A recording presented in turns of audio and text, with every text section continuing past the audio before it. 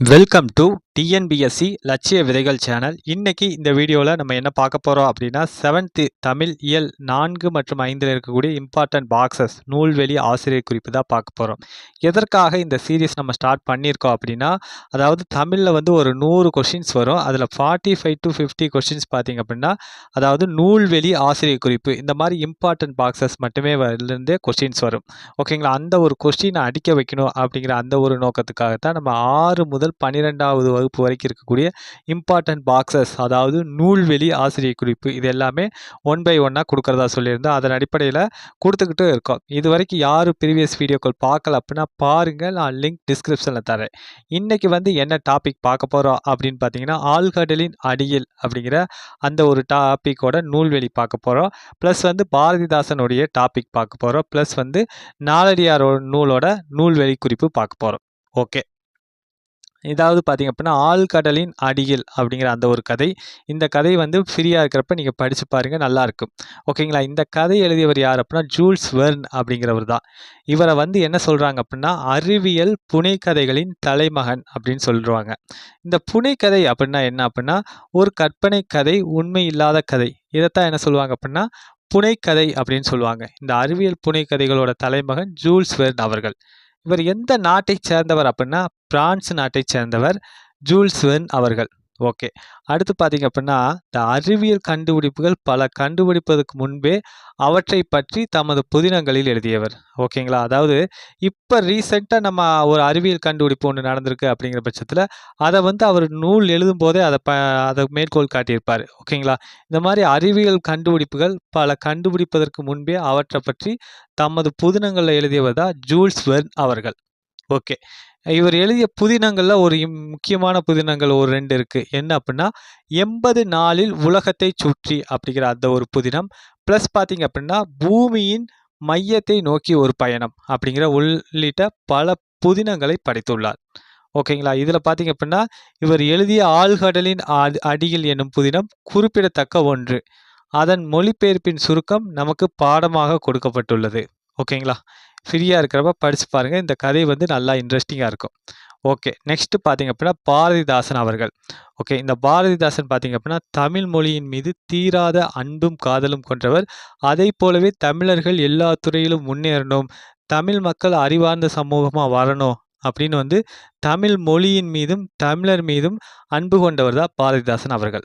Okay, இவர் பார்த்தீங்க அப்படின்னா பன்முக ஆற்றலை கொண்டவர். என்னென்ன அப்படின்னா கவிஞர், இதழாளர், தமிழாசிரியர் அப்படிங்கிறது.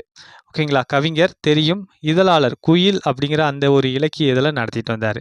இவர் வந்து தமிழாசிரியராகவும் பணிபுரிஞ்சிருக்காரு. 19 வயசுலேயே பார்த்தீங்க அப்படின்னா தமிழாசிரியராக பணிபுரிஞ்சவர். ஏன்னா அவ்வளவு நாலேஜ் அவருக்கு இருந்திருக்கு. ஓகே, இவர் எதையெல்லாம் படைப்பதில் வல்லவராக இருந்திருக்காரு அப்படின்னா கவிதை, கதை, கட்டுரை, நாடகம் இவற்றை படைப்பதில் பாரதிதாசன் அவர்கள் வல்லவராக திகழ்ந்திருக்காரு. ஓகே, அடுத்து பாருங்க, இவர் பல நூல்களை எழுதியிருக்காரு. என்னென்ன நூல்கள் அப்படின்னா பாண்டியன் பரிசு, அழகின் சிரிப்பு, இசை அமுது, இருண்ட வீடு, குடும்ப விளக்கு, கண்ணகி புரட்சி காப்பியம் உள்ளிட்ட பல நூல்களை எழுதியிருக்காரு. ஓகேங்களா, இது வெரி வெரி இம்பார்ட்டன்ட். இந்த நூல்களை கொடுத்து எழுதியவர் யார் அப்படிங்கிற மாதிரி கேட்டிருக்காங்க ப்ரீவியஸ் இயர் கொஸ்டின்ஸில். ஓகே, அடுத்து பார்த்தீங்க அப்படின்னா இவருக்கு வந்து சாகித்ய அகாடமி விருது அளிக்கப்பட்டது. எந்த நூலுக்கு அப்படின்னா பிசிராந்தையார் அப்படிங்கிற அந்த நாடக நூலுக்கு. இதுவும் பார்த்தீங்கன்னா very very important. Previous year கொஸ்டின்ஸில் கேட்டுக்கிட்டே இருப்பாங்க. எந்த மாதிரி கேட்பாங்க அப்படின்னா பிசிராந்தையார் என்பது நாடக நூல், கதை நூல், கவிதை நூல், கட்டுரை நூல் அப்படிங்கிற மாதிரி கேட்பாங்க. பிசிராந்தையார் அப்படிங்கிறது நாடக நூல். ஓகே, இந்த டாப்பிக்கில் பார்த்தீங்க அப்படின்னா பாரதிதாசன் எழுதிய சில கவிதை வரிகள் இருக்கும். என்னன்னா இன்பத்தமிழ் கல்வி யாவரும் கற்றுவிட்டால் துன்பங்கள் நீங்கும், சுகம் வரும், நெஞ்சினில் வீரம் உண்டாகிடும், தூய்மை உண்டாயிடும் அப்படிங்கிற அந்த கவிதை வரிகள்லாம் இடம்பெற்றிருக்கும். அந்த கவிதை வரிகள்லாம் எந்த தொகுப்பில் இடம்பெற்றிருக்கு அப்படின்னா பாரதிதாசன் கவிதைகள் அப்படிங்கிற அந்த ஒரு தொகுப்பில் வந்து இடம்பெற்றிருக்கு. அது என்ன தலைப்பில் அந்த பாடல் இடம்பெற்றுள்ளது அப்படின்னா தமிழ் பேரு அப்படிங்கிற அந்த ஒரு தலைப்பில் வந்து பாடல் வந்து இடம்பெற்றுள்ளது. ஓகே, நெக்ஸ்ட் கொஸ்டின் டாபிக் பார்த்தீங்க அப்படின்னா நாலடியார் அந்த டாப்பிக்கு. இந்த நாலடியார் பாடல் வந்து எதை பத்தி சொல்லுது அப்படின்னா, பாடப்பகுதியில இருக்கக்கூடிய பாடல், கல்வியோட சிறப்ப பத்தி சொல்லுது.